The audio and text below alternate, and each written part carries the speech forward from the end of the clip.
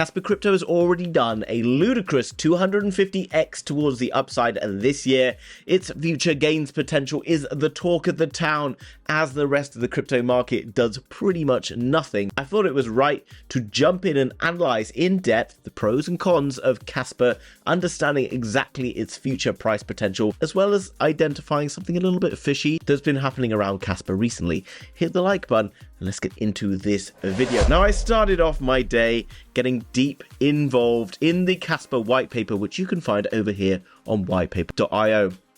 And me, as a not particularly technical person, got my teeth into this very juicy white paper, which is very in-depth, very technical, and let me tell you, not a light and easy read. Luckily, today the weather has been awful, and I haven't had much better to do, so I'm going to share with you some of my findings. Now, Kaspa has built a huge amount of excitement amongst the crypto hardcore, and it's not without good reason. The white paper for the DAG consensus, which is behind Kaspa, was mentioned in the Ethereum white paper that was written by Vitalik Buterin. This is a pretty high accolade given that Ethereum is the daddy of the layer 1 blockchain as it currently stands. The team that is behind Kaspa, one of the most highly respected crypto teams out there. So what is it that separates Kaspa from everything else? Well, as you're aware, with the layer 1s out there is a big problem in crypto. And that is the blockchain trilemma. And the blockchain trilemma basically says that you can't have security, decentralization, and speed. And if you look at Ethereum or Bitcoin, they might be very good in one area, but maybe they're not so good in the other. Okay, Bitcoin, highly decentralized, good security, but perhaps not necessarily the quickest. Ethereum, again, highly decentralized, good security, but again, very slow and ultimately not particularly scalable and ultimately very expensive. And that's simply because of the way that it runs in comparison. Effectively, a blockchain runs in a kind of a single block, having to complete one block before you can start on the other, and then eventually this kind of like plays out until each block is completed. Now, different blocks on a blockchain require different transactions, etc. And what the DAG has is the ability to reroute different transactions to basically create what looks like kind of a random mess, but basically it's just branching out to all of the individual workers that are available all the time. The best way to think of this is like a production line where the person at the end of the line has to be able to complete his work for the people at the front of the line to be able to push the work through. However, if you're in a kind of a group, like a circle kind of thing, you could chuck out work to each individual person as it comes through. That's very simplified, but ultimately this is what allows Kaspa to achieve massive decentralization, scalability, speed, and basically solve the blockchain trilemma, which is very important because it's basically designed as a project to be able to address the shortfalls of Bitcoin and be used as Bitcoin was ultimately intended to be used in the first place. Kaspa has been coined as the digital silver rather than Bitcoin being the digital gold. Gold previously has always been used as a store of value, so you want to just keep it in your house. You don't necessarily walk around selling it, buying different items with gold. You would carry silver coins instead because they hold value, and Kaspa is much better for transactions because it can create a new block every second and ultimately can carry out around 400 transactions per second, which is obviously significantly quicker than Bitcoin. Very important. Now, what else is very important to discover about Kaspa is the fact is that it went under a fair launch. No pre-mining, no allocated coins, no people who are buying in at pre-sale or anything like that. And this is really important because ultimately when new projects launch, what they tend to do is they raise a lot of money pre-sale, and then those investors will try to get out as quickly as possible, which ultimately causes a fall in the price. And this is when we're looking at like circulating supply and token unlocks and all of these things that everyone is a little bit cautious about and perhaps should be. This is a pure kind of crypto project, but was basically grown organically, and that's very exciting for the hardcore crypto diehards out there. Circulating supply currently sat around 20.75 billion Kaspa, with a max supply of 28 billion tokens are still due to be launched. Market cap currently sits at $1 billion. Very important. Now, you'll notice the block time is extremely quick, basically creating tons of different blocks that allows for the speed in turn with the scalability, which is very cool and slightly different from the traditional blockchain thing going on. You can see the Ghost DAG white paper as well as the DAG Knight white paper. Okay, Dagnite is basically integrated into the system, and that's like a real world assets thing that would allow for things with healthcare that takes it away from just being simply like a payment solution, okay? It allows the implementation of smart contracts for healthcare and various other real world use cases out there. And you know, that's what gets the people going, okay? So it's on pretty much every major exchange out there, with the exception of Binance. Now, lots of people get very bullish and excited about big exchanges coming in, and you know, we still have the Binance exchange, which will obviously happen at some point. I want you to be aware that this is not always a massively positive thing, because there are people who have big money in projects like this who will be looking to maybe exit once they get involved with such big exchanges. And there's a reason for that, because the news will get everyone excited that Binance, we're going to launch Kaspa on the, I don't know, 3rd of June in like 2024. I'm sure it'll happen before that, before everyone gets angry in the comments. But you know, everyone will just buy it or push the price up, and then guess what happens on the launch? Everyone's expecting the price to go up, and the price tends to go down. Now, there's other very exciting things about Kaspa. It doesn't have a governing council. It's also a deflationary model, which is obviously very important for future longer term gains. So looking into the charts, are we likely to see this push much higher in the short term? Given that Bitcoin's having a little bit of a pullback today, although seemingly recovered right now, Kaspa has been kind of moving independently from the wider crypto market. Can we continue to see upside action? Well, I want you to take care when addressing projects like this, because a lot of people have been bought into this narrative and are failing to identify the truth behind what is really going on when prices are moving like this. And the truth is that lots of people are making money. And that is a good thing, you might think. And it's good if you're making money and you bought low down. Congratulations if you were buying earlier on this year, or perhaps at the end of last year, back in October. I bet you're absolutely loving life. Congratulations to you. But one thing to be very cautious of is there are people who bought back in October who perhaps put in $1,000 and are currently sat 200x up. If you'd put in $1,000 and you'd made, let's say, $200,000 in return in the space of a year, perhaps you might be inclined to take a little profit. And guys, I know that lots of people are like, why would you take profits in this? Because it's going to go up forever.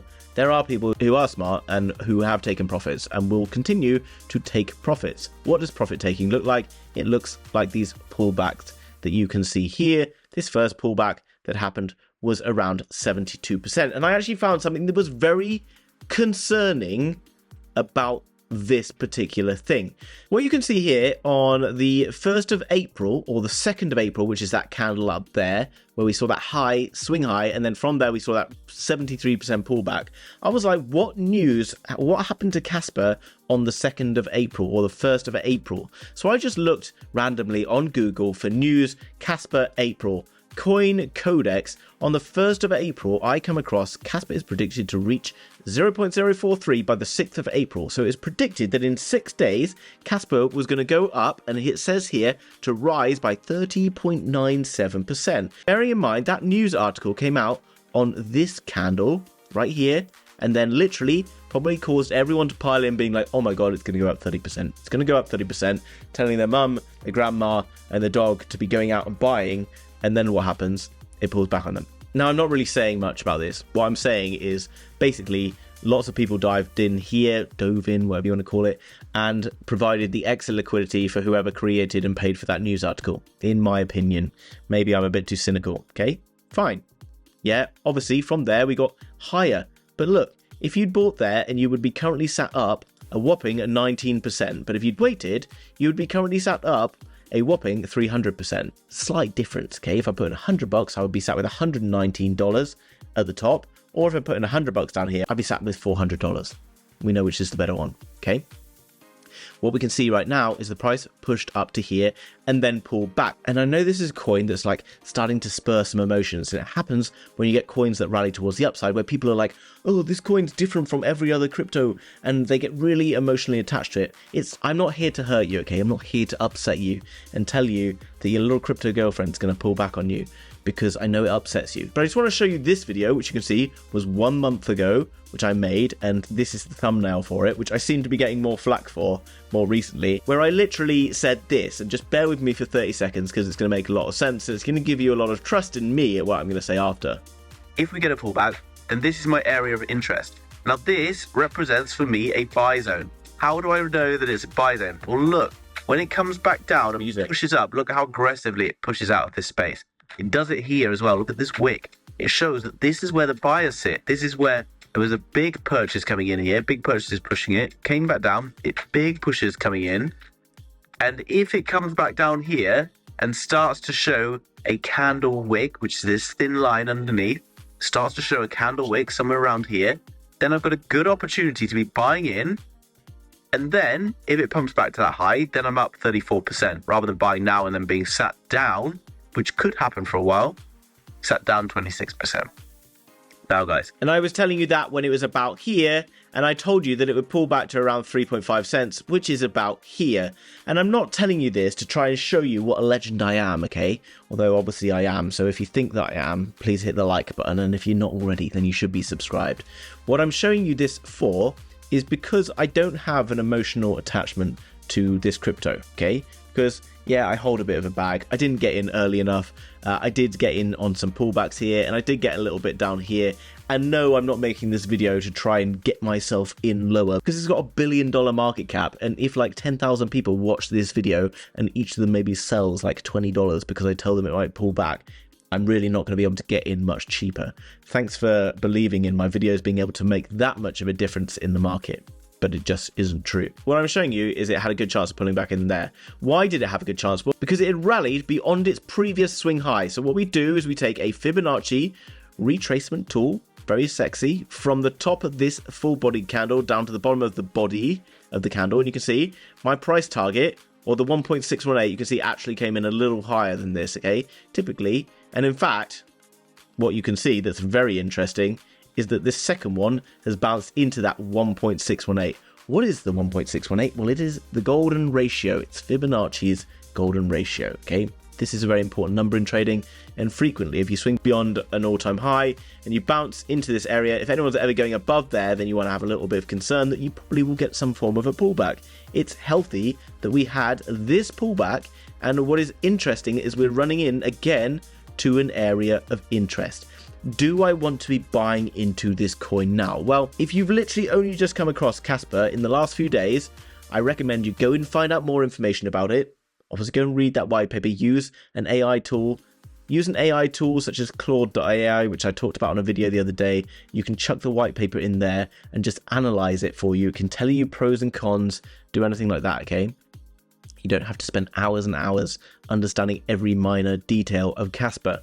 But understand, when prices are high like this, we can already see what's happened, okay? It runs into an area, it breaks that previous high, it waits for everyone to be like, oh, it's broken resistance, it's going to carry on. Loads of small money dives in and adds to their position, buys more, and then smart money might start to take profits. We have seen that happening here, and these kind of big white candles pushing towards the downside, okay? These two here show me that there is selling pressure coming in. Now, I don't think for sure that it's not going to turn around and be able to continue, because it could potentially continue, but it is already coming at a very big run up, guys. I said it's done 250x this year, okay? At some point, it could be due for a bit of a correction. So what do I want to wait for?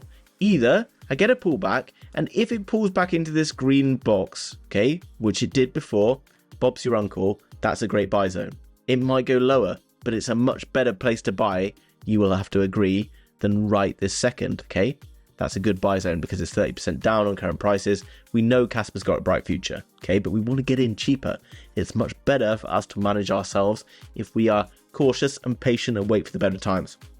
However, it might not come back to there. So what do we do then? Well, if it breaks beyond, you cannot panic buy FOMO into this, because that is what irresponsible kids do, okay?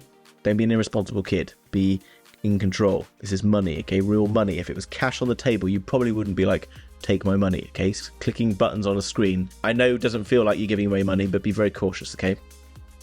Because what we want to wait for, if it does break beyond this high, is a push, and it might push up a bit, but eventually I do think that it's probably going to come back, and it might start to retest this area here. At some point, it's going to retest. In my opinion, Kaspa's not going to go parabolic anytime. After kind of runs like this, You know, it's already had this parabolic run here. And look, after that parabolic run, it pulled back 72%. Has another very nice run here. It pulls back. How much did it pull back after that nice run? 28%. Okay, nice. Has another good run here. And then eventually it comes back. 36%. Has another nice run here. And, you know, every time you're putting these runs in, it's going to start losing strength because less people will buy it, more people will start to sell it, okay? We are still at a point in the market where it's very quiet. We don't have new people emerging in crypto. So the people who are diving into Kaspa right now, there's not that many of them compared to how many people might be prepared to sell up if it does rocket up another 30%, okay? I do think we have a nice spike, we get back down, we find a buy zone. And if you want to know how to find buy zones and you want to know when that Kaspa buy zone is hit the subscribe button, guys, and I will tell you exactly when to get in. And what do we do in crypto when we have no idea how high a crypto can go? Well, I could just make up a massive number to try and make you watch this video, although you're probably going to watch it anyway because everyone loves a bit of Kaspa. But also, what we can do is we can look at previous coins that had a similar kind of use case, and it doesn't matter whether you think it's better or not, okay? Let's just forget about all of that stuff, because Solana did damn well in the last bull market, and you know it, okay? Because it went from down here to being worth a lot, like $258, okay? So it went massive rampage. What happened? This is the market cap, okay? 73 billion at the top of the bull market. Bearing in mind right now, Kaspa sits at $1 billion. We do obviously have the network effect where more people will arrive into crypto in this next bull market because maybe you were involved in the last one and now you, your mum and your sister and your whoever else are going to be involved in the next one. So you get the network effect. More people arriving, the world's developing, more people have got more money around the world. Some people have got less money, fair enough. But there is also more projects. So it's kind of difficult to work out. Completely difficult. This is highly speculative. Can you get a 73x in Kaspa? I don't see why not. Solana did it. Can Kaspa do it? Theoretically. Can it do 100x? Maybe. Can it do 20x? Probably. Okay. I think a good 50x is something we can hope for. If we've already got a 250x and we're going to go and get another 50x, then you're going to be pretty damn happy. But should I be buying in right now into that sell box? Absolutely not, guys, because Kaspa is the talk of the town. Everyone's telling you to buy it. That for me is a time to not sell it because I do see a good upside potential, but it's definitely not FOMO into it, okay? It's got a good opportunity to have a pullback at some point. I've just showed you how to find that pullback. Then you can get yourself an extra 30 to 50% of tokens, which when you go and add a 74x is going to make a massive amount of difference down the line. Don't listen to people who tell you it doesn't. Learn to be responsible. Don't FOMO in at all-time highs, okay? And if you want to buy Kaspa and other coins at a much better rate than using Coinbase, which is just insane because it's insanely expensive, then go across through a link down below in the description and use MEXC. The reason I like MEXC, guys, is there's no KYC. You can use this whether you're in the United States, whether you're in the UK, whether you're in any other part of the world. And that's really important because it does 0% spot maker and taker fees, 0% future fees. So that means if I want to change USDT to Kaspa, it's going to cost me zero, okay? Absolutely nothing to be able to make that transaction. And I can then change it back again if I want to later on. And you're like, well, what about taxes and all these things? Well, that's the beauty of this being a know your customer, non-KYC trading platform, isn't it? It has pretty much more tokens available than any other big exchange out there.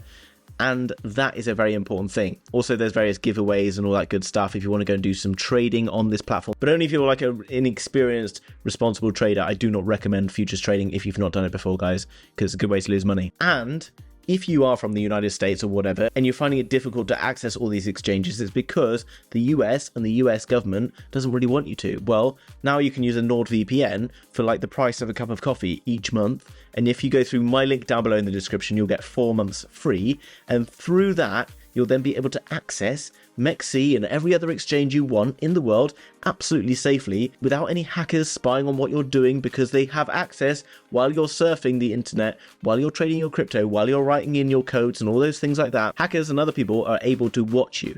VPNs are double encrypted, ensuring that you have absolute total security while you're trading your crypto online.